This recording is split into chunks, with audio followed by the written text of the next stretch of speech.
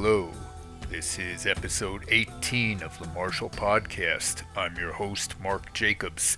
I'm a martial artist, martial arts journalist, author of the book The Principles of Unarmed Combat, and I tell stories about martial arts. A couple of quick notes before we get to our guests. Firstly, when we recorded this episode, we had a number of technical difficulties, so it's a little shorter than I would have liked for having two guests on. I apologize for that, but I think it's still a great show with two people who, in my opinion, have had a huge influence on the way we look at weapons training within the martial arts and for practical close quarters combat purposes. Secondly, I'd ask that anyone listening please subscribe if you're on YouTube or if you're a Spotify member, as it does help the show. Thank you. We were originally scheduled to have two guests on today, but one of them was unfortunately unavoidably detained. But we've got one of our guests here, the founding father of the Dog Brothers, who have been synonymous with the most realistic and some would say violent training in all of martial arts. They specialize in full contact fighting with sticks and a variety of other weapons while wearing minimal protection. Some people would call this insane, but my guest today, Eric Top Dog Knaus, would call this just another day of practice. Eric, how are you? Oh wow, I'm blushing. Thanks. Good. Thank you for coming on. Yeah, Just to get started, can you briefly tell a little bit about how you got interested in martial arts and how you eventually got involved in training and fighting with weapons? briefly. Wow. Okay. I'll do what I can. Reel me in if I start going off on tangents because Okay. I sometimes will do that. Okay, long time ago in a galaxy far, far away, New York City, I was going to Columbia University Hmm. in Manhattan, and at the time first saw Arnis, Kali is screaming when we call it. It was, back then we just called it Arnis. And it was Tom Bizio who I saw. We went to same school, college. He was a year ahead of me. And I saw this guy swinging sticks. I was doing Taekwondo at the time, and I was in my first year and a half of Taekwondo. So I was kind of like a mid-level belt. And, I'd go to the gym, and there's this track that people all run around, and it's all indoors. And there's a part where you kind of stretch out, and there's several little stations along this track. And where I was standing, I could see across the track and this other stretching out station, this guy swinging sticks, and it looked cool. And he was just whizzing around. If I probably saw it today, I'd go kind of eh. But at the time when remember, this is like 78, Hmm. 79, and so I'm seeing this thing, and I'd never seen anything like that. I said, that looks cool. I've seen people pick up sticks, and to me, it always looked a little clunky or just Yeah, not yeah. that refined. But this guy made it look smooth, and it looked slick. Hmm. And, in retrospect, I said, man, chicks will dig this. But so, that happened later. But at the time, I said, this is fascinating. So unfortunately, there's so much traffic. It was really a challenge to get to the other side. So, I didn't want to run all the way around the track because it's a fairly long track, even for indoors. And anyway, by the time I was finished stretching out, I went over to where he was, and he was gone. And I said, well, mental note, I'm going to check this guy out. So a couple of days later, same situation. There he was. And this time he made a beeline. I just skipped stretching out and went right to him, talked to him, and he told me that he was training with this guy. I was a sophomore. He was a junior, and he was training with this guy, Leo Gahi, in Jamaica, Queens, which is just another borough outside of Manhattan. And he's from the Philippines, and I don't know how Tom met him, but I And do. just to interrupt for a second, for people who don't know Tom Bizio, Oh, he was a very well-known Filipino martial arts practitioner, won, I believe, the first world championship mhm. back around 79 or 80 over in the Philippines. But sorry, go ahead. Yeah, no, that's true. That's a good point because that was a major upset because back then it was only Filipinos and this one white guy. And Leo, who really kind of prided himself in coaching and bringing people into, his way of looking at things. Tom went in there and it was a total upset. Mhm. And when he came back, I remember at that time he was a senior and I was a junior. And he came back and he was gone. I want to say for like almost 10 days. Mhm. And when he came, but back then we didn't have internet, we didn't have no social media, nothing. So not even you couldn't even call from where he was. So the only way I knew it would happen is when he finally came back on campus and we talked. And he goes, "I won." And I go, "No shit." So we were like whooping and hollering. And he told me that what it was quite an experience.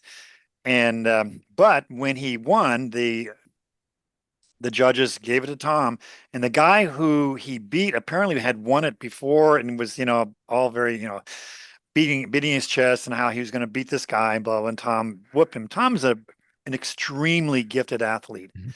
aside from being a very good stick fighter, but he just has these natural attributes.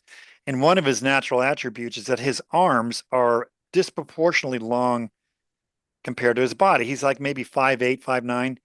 And if you look at him from a distance walking to you, he looks like his arms are about just right above his knees. So it Yeah, looks I at, have heard people refer to him as an orangutan. yeah, So, literally. And they're not skinny. They're pretty mhm, beefy.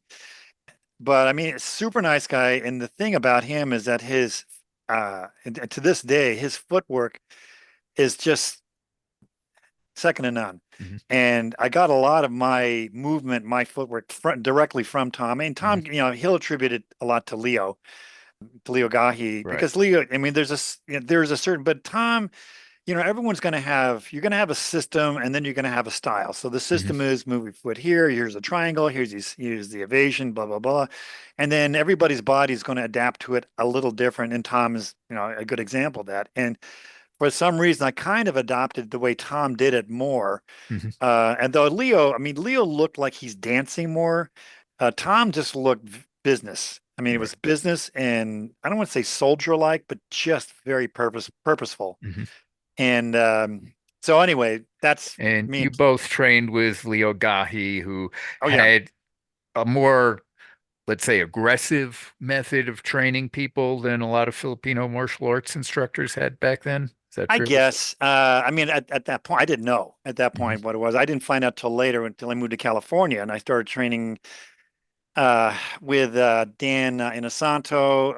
I'd say, what would you say, train? I would go to the Inosanto Academy and learn JKD, mhm, and then he would throw the sticks in there as well. And the sticks they were okay in my opinion, but the thing was, those guys, they would purport to, well, yeah, we fight this and that, and I go, yeah, when?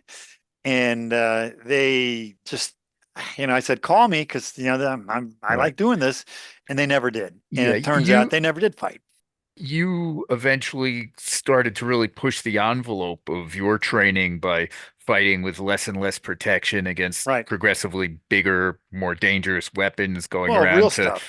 going around to different schools and fighting with, any school that fought with weapons, you would go in and just, not challenge them, but offer to train with them. Well, And yeah.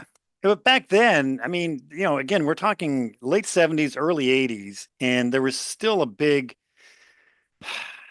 mystique around this whole thing. And, the people who were training in the stick fighting and stuff like that, oh, you'll die if you get hit. I'll kill you if I hit you in the wrong spot, which was, I played football and I played from contact stuff. Anyway, so to answer your question, about less protection, more, well, I don't say the heavier sticks were just kind of an incident progressive thing. We started with what I would consider actual sticks that you train with, and not the pillow sticks. And so that was my biggest issue was it's not real. mhm, If it's pillow sticks and you have these heavy duty kendo masks and you have I mean, like when you and I were talking the other day, it's like the Michelin tire man. That was yeah, just stupid. And I mean, everyone's saying, "Oh, use your footwork. Oh, use it." Why bother if you're that protected? I mean, you can take a gunshot practically and close and do whatever. And so, to me, that just was not real. And so, and actually, originally Leo had us use body like a chest protector and like these heavy duty kendo masks and these what I would consider swamp reed sticks that were just I've been hit harder with spaghetti noodles than these things, so I was like, okay, this is I'm not buying this. And all the techniques they show you for the disarms that you go to these demos, not at that point, but I've seen it later. You can see, oh, you do this disarm and it'll happen like this. Says, Mhm. no, it'll never happen like that. Because if someone's whacking at you hard, it changes everything. Yeah. And you know it. Oh, All of yeah. a sudden, all of a sudden, that disarm you thought you could pull off, when you're trying to get the demonstration at some, function, will get you killed. And or at least, a hand broken or, some body part, Oh, mangled. I'm sorry to I'm interrupt here. you. I All think we've finally got right. our We second have here. liftoff. We are joined by Mark Crafty Dog Denny, another of the co-founders of the Dog Brothers, who is fashionably late today, but we're glad to have him here nonetheless. We were just talking with Eric about how he had moved to California and started traveling the dojos as a Ronin there, training with people, and had been at the Inosanto Academy a little bit, and I think that's where you come into the picture, right, Mark? Yeah. So, so let's see. This would be around 1985, Hmm. and I was at the time the center of my training was with Paul Bunak, who I met at Guernosano's and Richard Bastilio's Collie Academy in Torrance. And two of the guys came in, Chris Marcus and Bill Gay, and they had all these monstrous bruises all over them. And good God, what happened? He says, we've been stick fighting. And I read about the stick fighting death matches in Guernosano's book, The Filipino Martial Arts, and they weren't dead. And so I said, well, we met this guy and we sparred in the park and we're going to be going back. I said, well, let me tag along the next time. So I went along and that's how I met Eric. And Yep. I just went with the intention of watching, but somehow he talked me into giving it a go. And he had some very sly, subtle sales techniques that he brought to bear. Oh yeah, that's what it takes to get people to fight sometimes. But Mark, can I kind of recount your first fight? Well, Because by all means. Mark, it wasn't a hard, tough sell. I mean, Mark was fascinated with it and just needed a little bit of a nudge. So the way I nudge them in, I just say, wow, hey, try these gloves on. Let me just you don't have to fight. I just want to see if the gloves fit. So he put the gloves on. Like, oh man, they look great on you. Then I said, "Look, now here, I'm going to put this mask on. Can you see through it? I mean, you're not fighting or anything, but I want to see it." And so by that time, he's got the By gloves and the that mask time, on. you're already Yeah. into it. And then at that Not a point, big step from there. no, I mean, it was just a matter of just like, and then just guide him out. See, you're right in the middle of the ring. Look at you, man. You're practically a professional fighter. And so anyway, it didn't take a lot to push because Mark was extremely intrigued, I guess is the Hmm. best way to put it. And so he went against Chris Marcus at the time, and Chris Marcus was kind of senior-ish to Mark at that point in terms Oh, of most definitely. I would yeah. say he was the most physically talented of all the guys in Bunak's group. Yeah. And so me being kind of curious myself, they went fighting. I said, why don't you and Chris give it a go? And I didn't know the dynamics there, but I could sure see that what I wanted to see was how would someone, as green, let's say, as Mark was at the time, handled Chris Marcus. And so all Mark did was basically a caveman number one strike, followed by, I think it was a redondo and maybe one other thing, but it was really, really fundamental. And Chris couldn't close. And Hmm. he kept doing the limbo. He was trying to get below the strike, below the strike. And I thought he was going to hurt his back at one point, just bending over to it. And Mark just, to me, it's one of my favorite stories to tell about Mark. I mean, there are many stories, but that's one of my favorite ones. And that was, to me, it just illustrated what fighting really was. I mean, you may have all these skills, so to speak, but when you're up against something that's really raw, trying to power through anything you have, you'd better believe in whatever it is you have to block it or deal with it. Yeah. Otherwise, you're just going to be, you're going to be corralled like Chris was. Yeah. And to me, that was just so telling. And it was, to be honest with you, you know, I hadn't really verbalized it or formulated it formally yet, but to me, that was a classic illustration of power over just, trying to be finesse. Yeah. And that, I mean, Mark was the epitome of it right Mm-hmm. there. Did Yeah, I catch that, Mark? if I remember correctly, it was caveman, backhand redondo, what we now call a brondo, and a power backhand to bring it back to the caveman position. Yeah. And Yeah. by caveman, just to clarify, you guys mean basically an overhead swing from their, forehand position, like a Yeah. forehand smash in Yeah. tennis. Yeah, like a number one strike. Most Filipino systems would call it a number one, Right. Yep. although they do it as, there's some nuances there, but Right. it's It's the most basic thing you can do with a blunt it's weapon. what humans Just would crack somebody over the head with it. Yeah, bingo. Bingo. It's what humans with a club do. Right. Caveman strike, precisely because it's what an untrained person will do, is the first thing that most Filipino martial artists jettison when they come to show that they're fighting with what they've been training.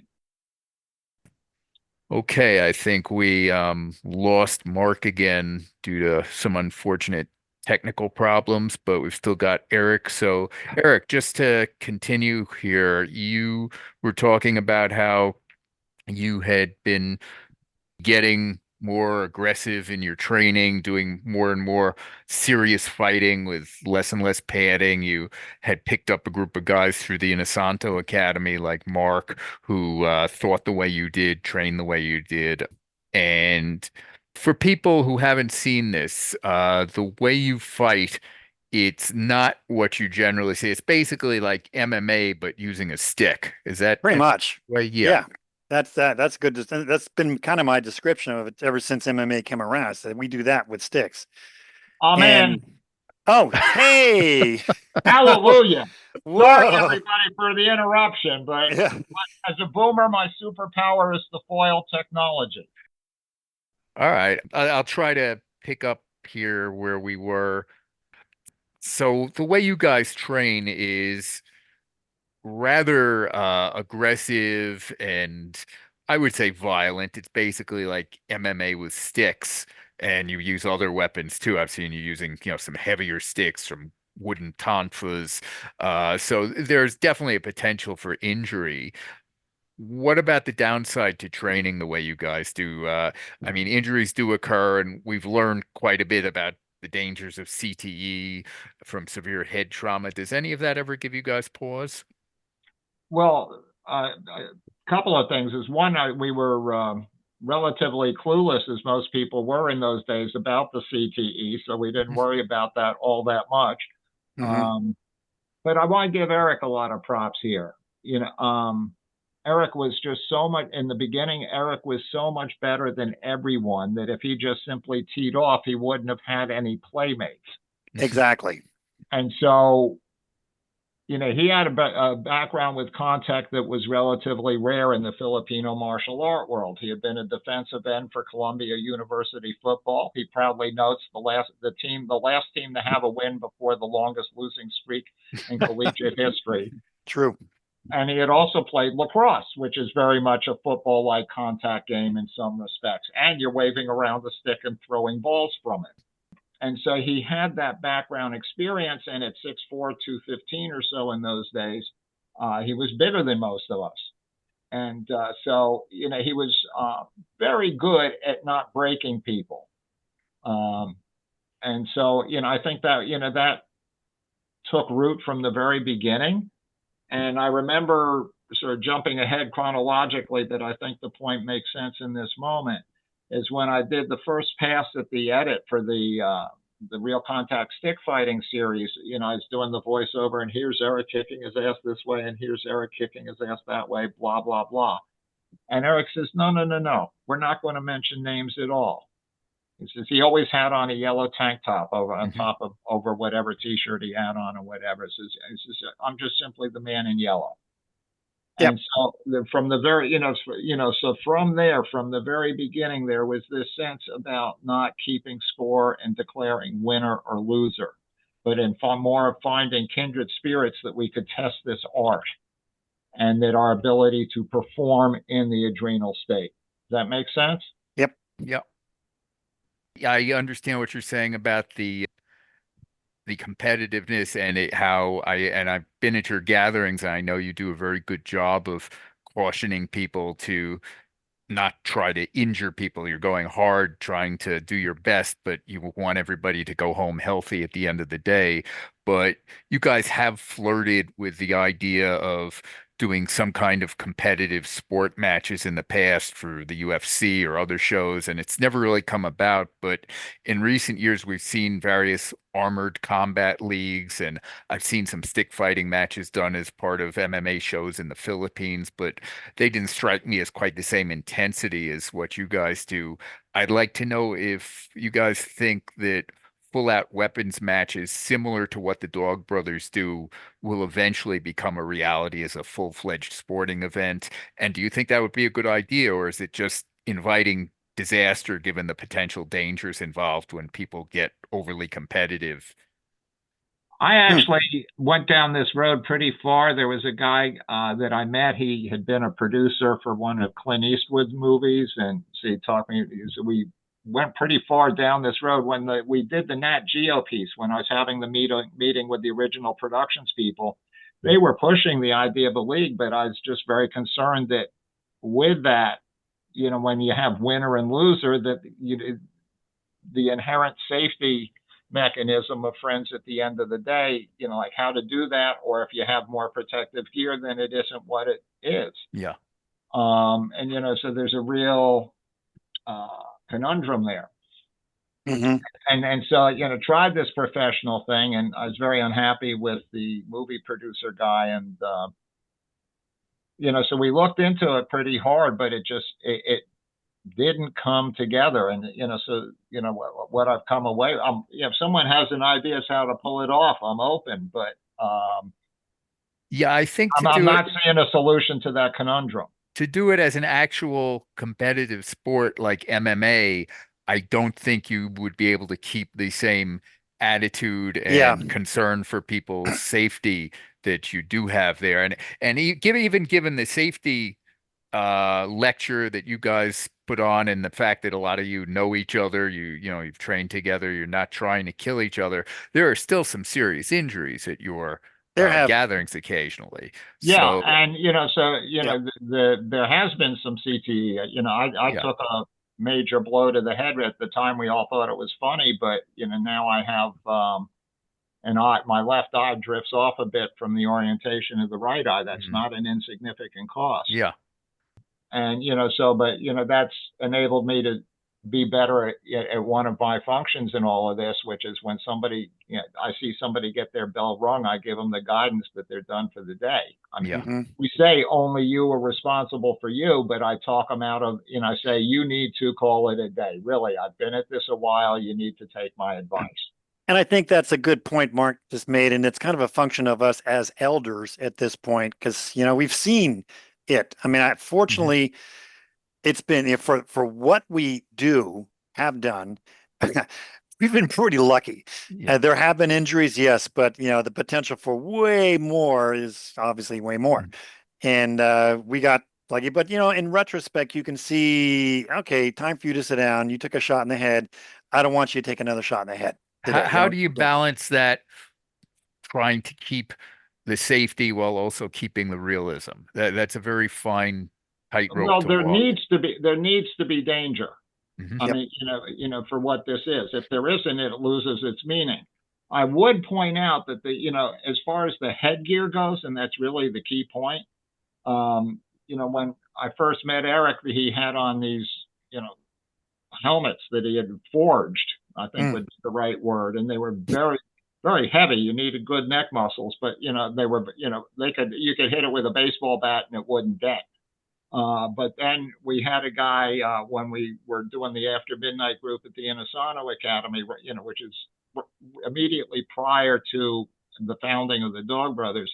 We had this one guy who was just using the headgear to come barreling in head first because he didn't care if he got hit in the head. And there were some of these old flimsy fencing masks up on the shelf. Our joke is to call them pre-Ralph Nader.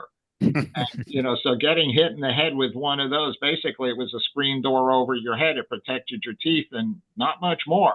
Not much. But over the years fencing has been, just the natural evolution of American litigation and, liability and so forth. Fencing masks have become more and more protective. And actually for us, that's, I think, been good.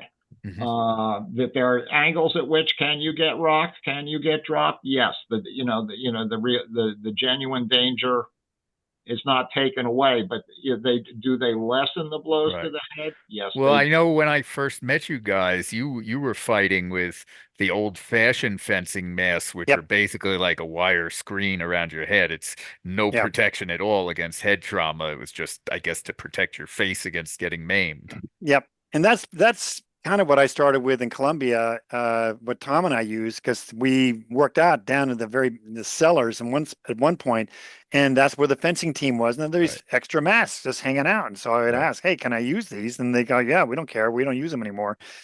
And I built those, the masks that Mark's referring to that I mean, literally forged using a Heliarc and this incredibly heavy duty sewer grade wiring that and I still have them. I mean, they'll probably outlast all of us at some point. But I did that mainly because it was so hard to get people to do the stick fighting because I had fencing masks as well, but I just stopped pulling them out because no one, oh shit, I'm not gonna do that. And so I built those, put them on people, and I'd tap them a few times in the head. It would ring like a football helmet would ring if somebody hit you in the head with a whistle or a stick or something like that. But I mean, there's no damage other than maybe you might pull my neck muscle if you get hit too hard. Other than that, that was it. And but the thing that Mark pointed out, we had people starting to use their head as a shield, which is not what you're supposed to do. It'll get you killed. And so, if I allow me to interject for a moment, New Yorker participatory listening and these efforts at doing cage fighting with sticks, the headgear they have on, that's exactly what happens. Yeah. And that's the thing we're trying to avoid. Yeah. And you do avoid when you start minimizing that and the hand gear for that matter, it changes a lot. And it'll change, you can't just barrel in and risk a shot to the head. I mean, you might get hit and not be affected, but you will probably get hit and get affected. And that's, but that's kind of the point. That you don't want to use your head. I think, what's his name? Bert Richardson made a point. He goes, wow, when he and I fought the first time, and he said, man, you actually have to use your stick as a shield. Whoa, who would have thought? And Bert, but Bert was doing movies, so he never fought with the fencing masks, as a dog brother. Yeah, that's true. And that was, but I mean, even at that point, he realized that, okay, this is something a little, because first of all, we're hitting as hard as we could. Yeah. And second of all, in what Mark said, Bert wore the heavy gear because I happened to have it there at the time during the shoot.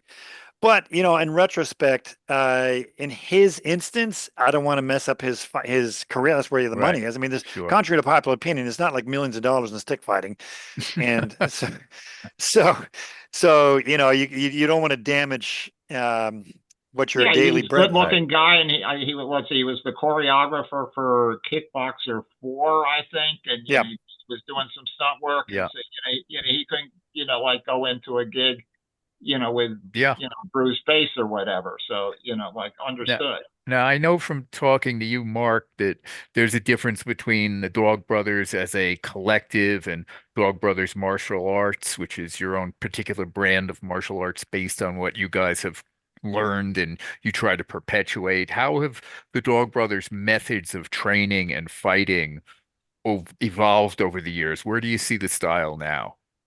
Well, definitionally, my effort at defining the Dog Brothers as a band of sweaty, smelly psychopaths with sticks dedicated to the proposition of higher consciousness through harder contact. As such, it is non-ecumenical. People can come from any background as long as they are in harmony with our vibration, you know, an intuitive understanding of friends at the end of the day and so forth. So this, you know, different people will have different training methods and so forth. Whereas Dog Brother Martial Arts is, the mission statement is walk as a warrior for all your days. So it's a lifelong system of which the real contact stick fighting is a principal vehicle for adrenalizing one's skills. And how is what you're doing with that different now than it was, say, 30 years ago? Well, in the beginning, the emphasis was on stick fighting, but somehow in the inner logic of Kali, you know, the claim is the movements of the empty hands are like the movements of the sticks. And, you know, most people said, well, why aren't we seeing that in the cage, kind of a question. Mm-hmm. And my answer to that is that, and particularly in the early years, most people did single stick. The single stick movements don't readily transpose. But as I came out of my knee surgeries, I focused on double stick.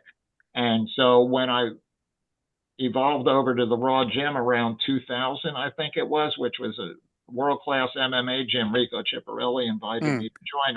I retired from stick fighting at 48, and it seemed like a good next thing. So they went appropriately with me given my age. But that's where I began exploring. And what I came to appreciate was because I had hit people with two sticks. It was more intuitive to me. I have two arms of equal length. Mm-hmm. It is the same thing.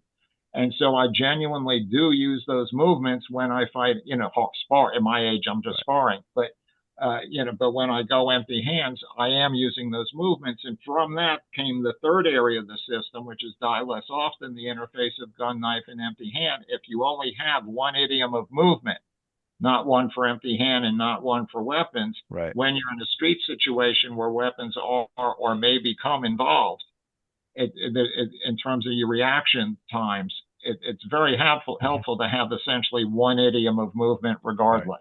And what about you, Erica? How has your personal style of Dog Brothers fighting, what you do, what you teach, how has that evolved over the years? Well, I would say in my case, if it ain't broke, don't fix it. Well, you brought in the Brazilian Jiu-Jitsu after seeing it work for me. Mm-hmm. Yeah, the Brazilian Jiu-Jitsu is something I do like that. I have to say, when I teach, because I out here in Texas, my emphasis there actually is with single stick. I get a lot of, we do a lot of double stick stuff, and I do it mainly is to get people, acclimated to using both hands and doing the coordinating thing, because I think that stimulates, a certain brain activity. If you can do two hands, with the way double sticks kind of demands it, that I think that brings out something in people. But as far as what I consider pragmatic, I'm a contractor, and so I'm on job sites all the time. And, to me, everything, a tool or a piece of rebar or plumbing or whatever, it looks like that's a potential weapon. And then, I say 90, and then when I'm on job site. You've got a great story about putting a screwdriver up some union rep's nose. Hey, a screwdriver is just like a short, pointy stick. It's or a knife, and so that's it. But you don't go looking for it, because the dangers of getting into a fight on a job site is you get kicked off the job and there's no money at that point.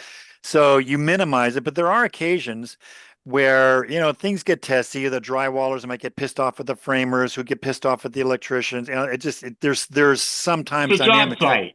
It's a job site, exactly, and it's full of a bunch of guys who are in various states of either hungover, inebriation, or on something, and that's all they can do. And so my philosophy in that regard is say, look, 90% of the time, if you're in a street situation, I get this mainly from Leo.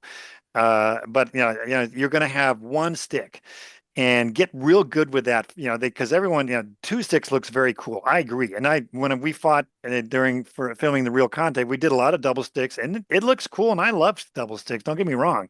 I just think in terms of being a pragmatist, you're going to find yourself in a scenario like a job site with one stick, and it's going to be you and your crew versus them and their crew. Sure. It's not like a prison scene where you have two people in the middle and everyone fights. No, it's if anyone starts getting, if it starts like that, it never ends like that, Yeah. because it's all of a sudden it's going So to be a free for melee. all. Yeah. Yeah, and it's Yeah, going to whereas be for me, my attitude is I always have two weapons of equal length. They're called my arms. Yeah. So, So I mean, to answer your question, I don't think my thing has really evolved so much. It's just the way I right. teach it Right. probably is, the skill is there, the movement is there. It's just, now I'm basically I'm an ambassador for Yeah. this. So to close out, what do you guys have coming up in the future that you'd like to let people know about? Mark. Ah, Yes. yes. Let Mark tell Eric you. is from time for not every year, but for every couple of years, Eric is a guest instructor at the DBMA summer camp, and this year's summer camp is July 12 and 13 in Los Angeles, specifically Chatham, at Faithful Dog Nathan Carlin School. Mm-hmm. And story there, it's a Krav Maga school, and I was sitting under the sign outside, and this urban camper type went by. He looks up, he sees the sign saying Krav Maga, and he says, "Oh, you guys are with Donald Trump?" Oh, wow. Okay. So anyway, So so it's going to be a rocking good time. July 12 and 13. Webmaster Bob Berge and we're going to be putting up the flyer sometime in the next couple of days, and it'll just is that it'll be Eric open and me to just having the good time that we do. is that Yep. open to spectators or just fighters? Well, it's open to people who pay. Okay. No, I mean, if somebody wants to just sit and watch, you got to pay. No freebies. Hmm. Like Eric mentioned, this is not the path to wealth. Right. I don't want to spend my old age pushing a shopping cart. I don't think that's going to happen. It's scary sometimes. Yeah. Okay. That's funny. And you guys are both continuing to teach on your own. I know Eric, you're down in Texas, and Mark, you're in North Carolina, I believe. Yeah, the Fort Bragg area. So I get to Okay. rub elbows out here with some really interesting people. And Nice. if people want to contact either one of you or find out more about what's going on with the Dog Brothers, what are the best places online for them to do that? Thank you. My wife says to me, I thought you Jews were good at business. Yeah, dogbrothers.com is my website. And there's a Dog Brother Martial Art page on Facebook, which, that's more of a sort of Facebook kind of a thing. But for people who want to pursue DBMA, they can pursue it online with the DBMA Association, $30 a month or $300 a year. Click your way along at dogbrothers.com, and you can get in touch with me through the website there. Yep. And in And my case, it's the best way to reach me is either through YouTube. I've at Top Dog Fighting, and just starting a website, topdogfighting.com. It's in process right now, and the best way, I have all my contact information on my channel. Best way to reach me, I like and subscribe. I will put links to both of those down in the show notes. And I definitely recommend anybody who has not seen the Dog Brothers, they should check out some of your videos, some of the footage of your fights, some of the instructional videos. First got interested in FMA. I'd done martial arts for years and never been overly impressed. And then a friend in California, I think it was Cass Magda, who knew you Hmm. guys from the Inosanto Yeah. Academy, showed me that first video of the mixed fights you did for the real contact stick fighting. And I said, yeah, this is something interesting that as a martial artist who's interested in practical fighting, I have to explore. And I think anybody should explore. Anybody I've ever shown that video to, even if they weren't interested in training, was still blown away by it. So Glad we had that effect. definitely I recommend everybody check out what the Dog Brothers are doing. They are still to this day on the cutting edge of what is done with weapons in martial arts. Nice. So thank you both for coming on the show. I appreciate it. Great. And, thank you for my senior technological incompetence. But That's I like no the problem. presidential moment. I'm going to use that. Okay, All thank right, you guys. very much, and we are well, out. but we are now unburdened by what has been. Yeah. Yeah. Oh, God. All right. I'm leaving now. Goodbye. All right. Talk Hey, to thank guys. you, Eric. I All right. appreciate it. Thank you, Mark. And thank you again to my guests, the infamous Dog Brothers. If you want to find out more about them, maybe get yourself hit in the head with a stick, which I can tell you is actually more fun than it sounds, or maybe not. Check out their website in the links below. Also, thank you to Eleanor Academia for providing our music. You can find her website in the links below, as well as a link to my own website. Once again, if you can, please subscribe to the show. Until next time, as an old sensei of mine used to say, keep punching.